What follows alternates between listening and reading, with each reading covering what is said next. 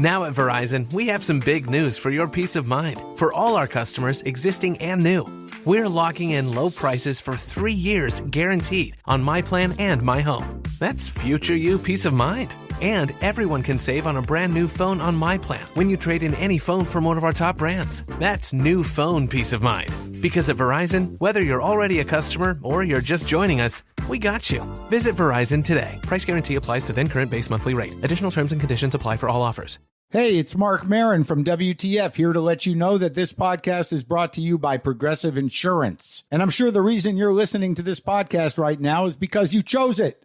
Well, choose Progressive's Name Your Price tool, and you could find insurance options that fit your budget, so you can pick the best one for your situation. Who doesn't like choice? Try it at Progressive.com. And now, some legal info. Progressive Casualty Insurance Company and Affiliates. Price and coverage match limited by state law. Not available in all states.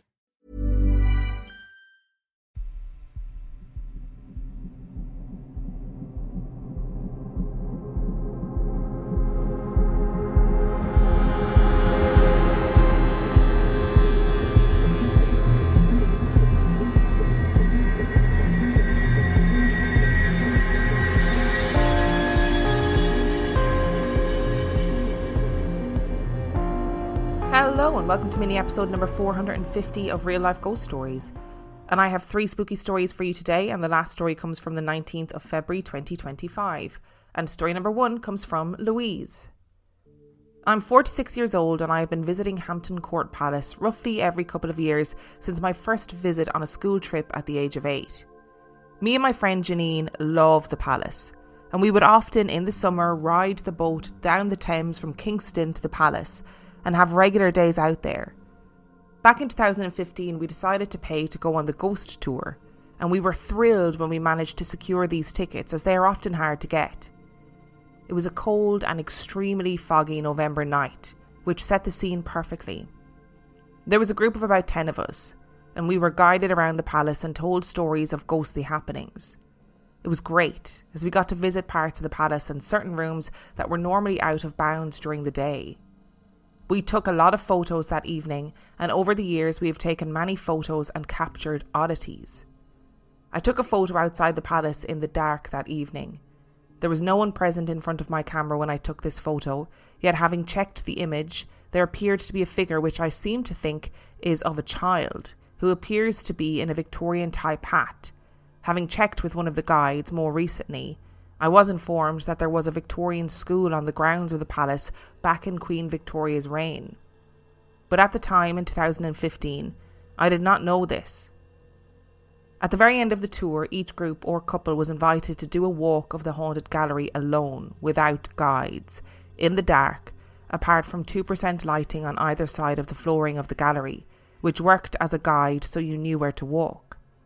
Myself and Janine had talked up this haunted gallery walk throughout the tour, and we decided to make sure we were last in the queue to do the walk. Each group or couple went in one by one, and the big heavy wooden doors were shut behind them by the guides. When it came to our turn, me and Janine linked arms, and the heavy doors were closed behind us. Once inside the hall, we began to realise just how dark it was, and all of our big talk went out the window.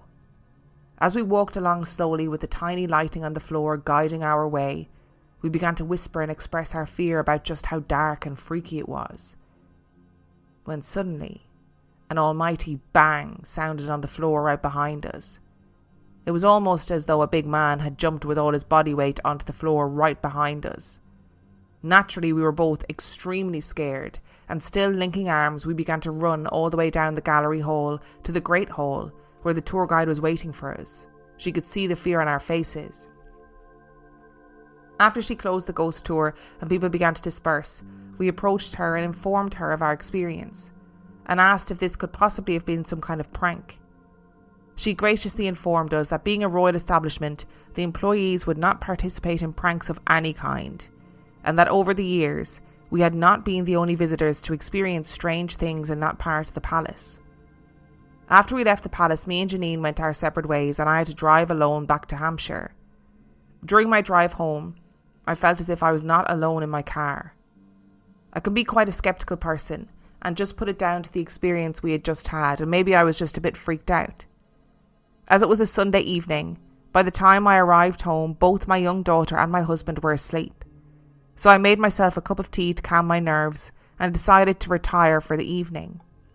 I'm not sure if I was still awake or if I had just dropped off to sleep when I heard loud banging footsteps walking down the hallway towards our bedroom. We lived in a bungalow at the time, so we had quite a long, wide hallway. I was convinced someone was in the house as the footsteps were so loud. I woke my husband because I was scared shitless of what I had just heard. He checked the house and no one was there. Then he told me off for waking him and that I really shouldn't go to such events if I was going to get so freaked out afterwards.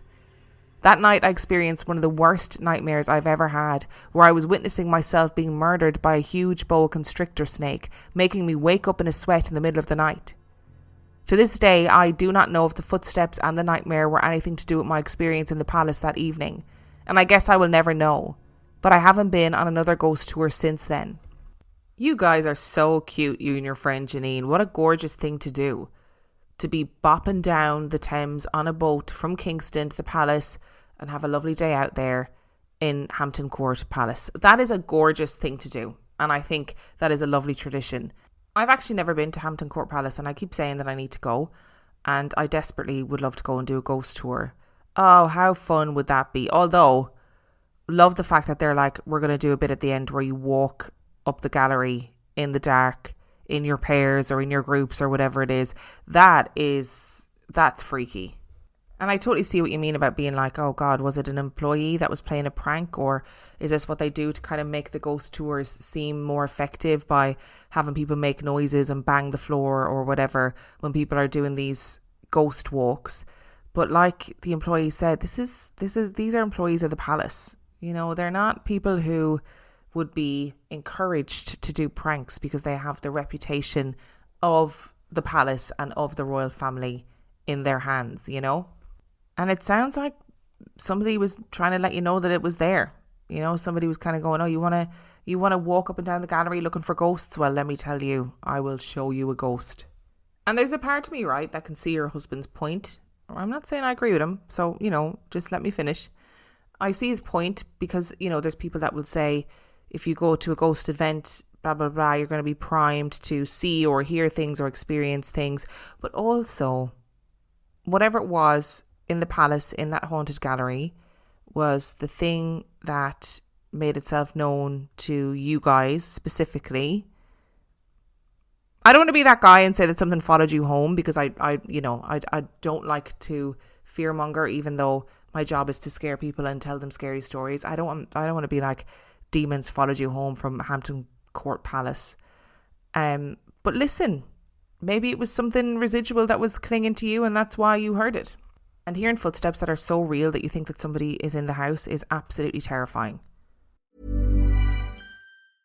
Now at Verizon, we have some big news for your peace of mind. For all our customers, existing and new, we're locking in low prices for 3 years guaranteed on My Plan and My Home. That's future you peace of mind. And everyone can save on a brand new phone on My Plan when you trade in any phone from one of our top brands. That's new phone peace of mind. Because at Verizon, whether you're already a customer or you're just joining us, we got you. Visit Verizon today. Price guarantee applies to then current base monthly rate. Additional terms and conditions apply for all offers. Meet Sous Vide, your new personal chef.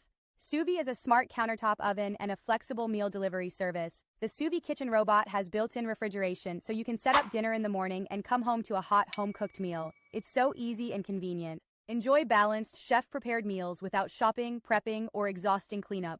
Stop spending hours in the kitchen and a fortune on takeout. Order today and get 16 free meals. Go to suvie.com/podcast. That's SUVIE.com/podcast.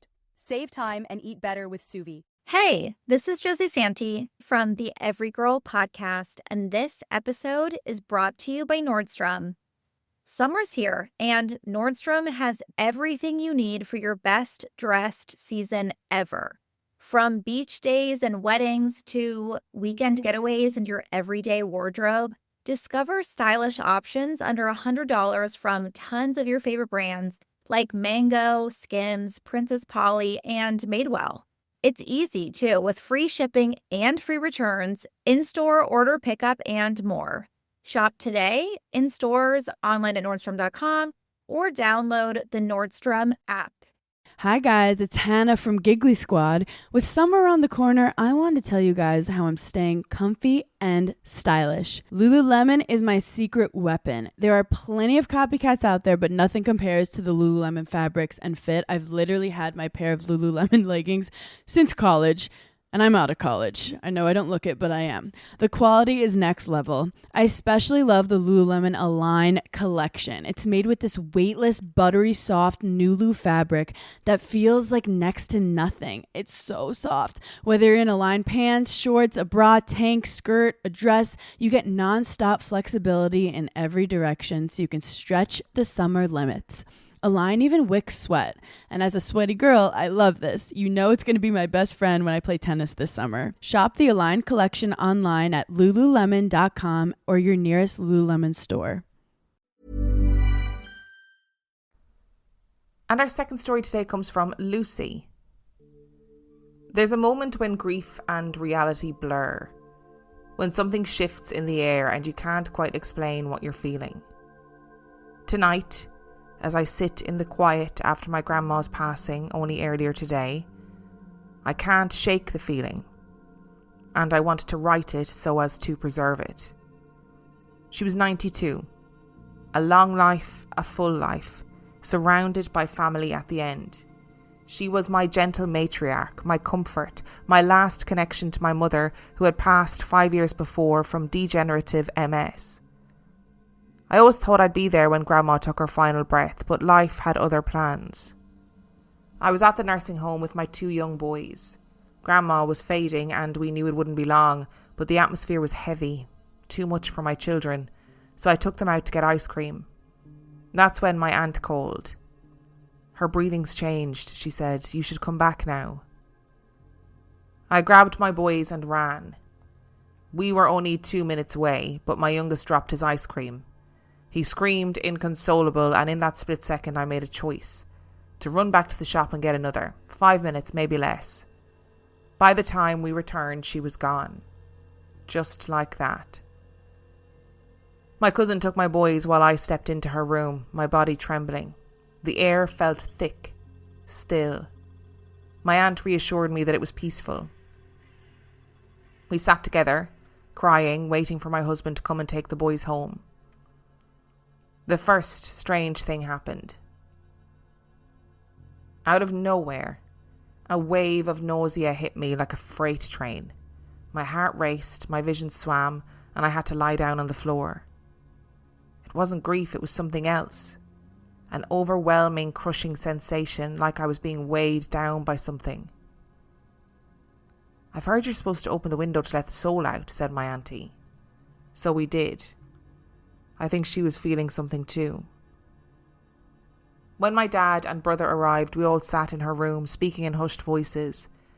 It was odd, sitting there with her, not knowing what to do, not ready to leave. The main light in the room was harsh, reflecting off her half-open eyes in a way that made her look not real.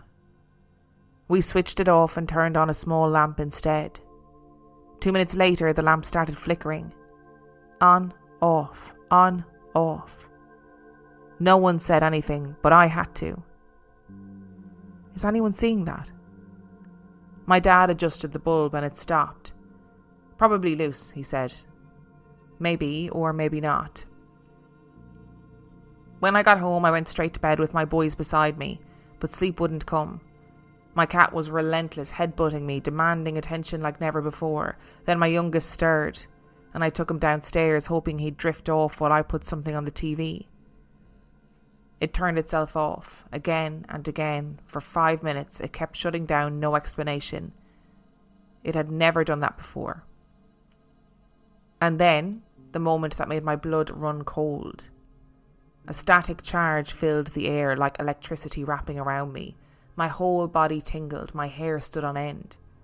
I could see it coming away from my head, crackling as if I'd pulled fresh laundry from the dryer. It was sudden, intense, undeniable. And before I even knew what I was saying, I whispered, "Is that you, Grandma?" "Mum?" Nothing. But the room felt different, like I was seeing it from a perspective I never had before. "I'm not going to be scared, please," I said. "Are you here?" Still silence.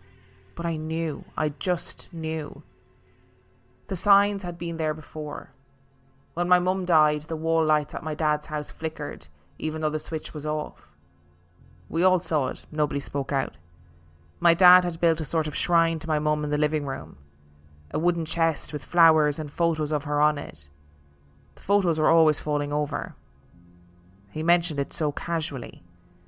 A few weeks later, my dad swore my brother had broken into his locked bedroom because the blinds were open, but the door had never been unlocked. Nothing was disturbed and nothing was missing. But my mum, she always opened those blinds.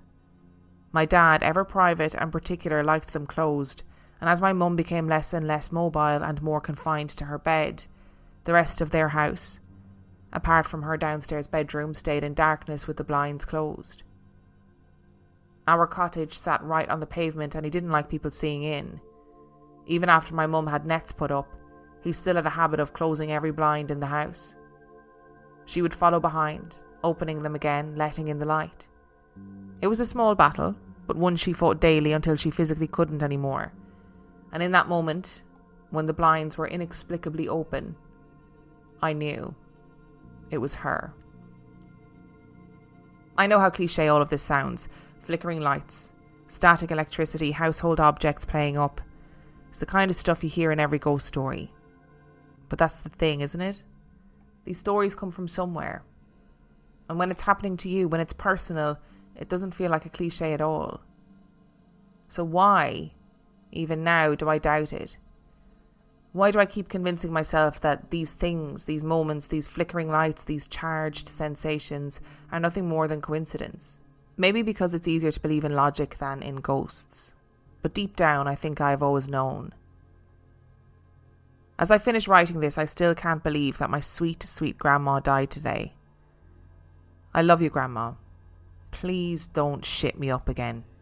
Lucy, I'm so sorry for your loss, and I am really touched that you took the time to write this down. Because I know there's going to be lots of people listening who will resonate with everything that you have said. And it's like you said, there's a reason why these things are cliche. And that reason is that so many people experience them when people die. That's why it's cliche. It's because so many people experience flickering lights and, things falling over and big feelings of static electricity in the air. Like, those things are cliche because so many people experience them. And I think there's a lot of weight in that. And I also think there's a lot of beauty in it. I think it's really pertinent and significant that when your mum died, flickering lights were something that happened, and it happened again when your grandmother died. And I think in whatever way they do when people pass over, I think they show themselves in ways that we will recognize, like the blinds being open is a way to be like, I'm still here and it still annoys me that you close the blinds. And I just wanted to say that I can feel you, that night after, the first night after somebody died, I think is the most, is just such a strange, otherworldly experience. When you go to bed and you think, oh my God, this really happened. And that is a wild feeling. And I'm glad that you used that feeling and that time to write down everything that you experienced, because outside of anything else, you would always be able to refer back to this and say, hey, at that point, she let me know that she was okay. She let me know that she was there. And that's a very beautiful thing. And story number 3 today comes from Renee. My sister, 25, and I, 28, moved into our house 5 years ago. The first couple of months, everything was quiet until we would both be gone to work and our dog, who was 1 at the time, would get locked in the bathroom. We just thought at first somehow she was locking herself in there. But when we later installed magnets on the back of the door to keep it from shutting, it continued to shut. We installed cameras and caught her being shut in. We're currently looking for the video. My sister freaked out, yelling in the house to leave her fucking dogs alone, and it stopped. Months later, I was sleeping in my room and someone yelled my name. I woke up, walked through the house, and no one was awake. My sister has it on camera of me walking through the house. No one was there. Fast forward, little things here and there. One day when my sister and I came home, we were standing in the kitchen, and on our drying rack, a big bowl and a couple of wine glasses came flying off. Fast forward again with little noises and things moving, but nothing super noticeable. But in the past 6 months, things have picked up a little bit. We'd all been sitting in the living room, and a speaker on our table came flying off. And the following weekend, we were sitting watching a movie and the living room light came on. Also, in my bedroom above the living room, we always hear somebody walking around, even when all 3 of the cats are sitting downstairs with us. And now we're all to the point where we just kind of laugh. A couple of days ago, a candle came flying across the table, almost falling on the floor. I think the weirdest part is our animals aren't upset about it. So I don't think it's anything bad. But I think whatever is downstairs is a woman. And the presence in my bedroom is a male presence. We also smell cigarettes on our front porch and none of us smoke. And we're too far from the neighbours for it to be then. We do have 2 barns on the property. The one is more like a garage, and when you walk by in the dark you can see the outline of a man in the upstairs. And there's nothing by the window physically.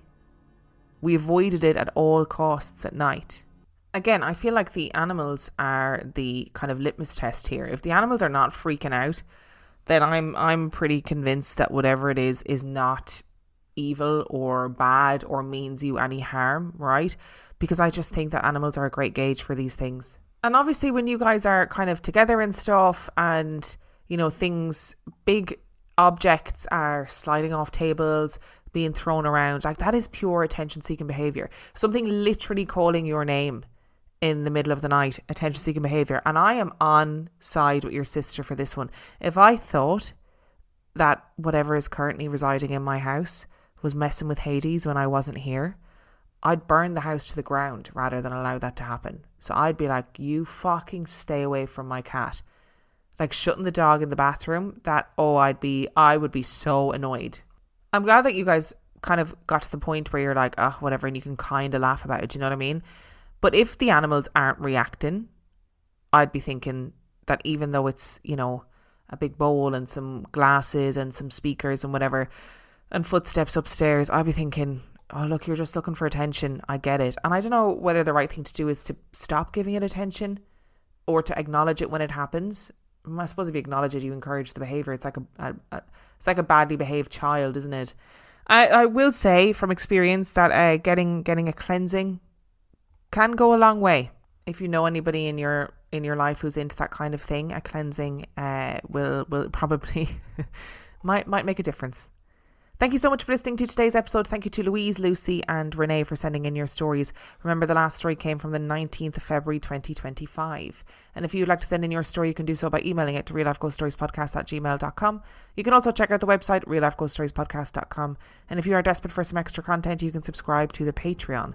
That is patreon.com/reallifeghoststories, where for $5 a month or $2 a month, you can get access to heaps of extra content, as well as every single main and mini episode completely ad-free. And on that note, I shall see you next time. Meet Suvi, your new personal chef. Suvi is a smart countertop oven and a flexible meal delivery service. The Suvi kitchen robot has built-in refrigeration, so you can set up dinner in the morning and come home to a hot home-cooked meal. It's so easy and convenient. Enjoy balanced, chef-prepared meals without shopping, prepping, or exhausting cleanup. Stop spending hours in the kitchen and a fortune on takeout. Order today and get 16 free meals. Go to suvi.com/podcast. That's SUVIE.com/podcast. Save time and eat better with Suvi.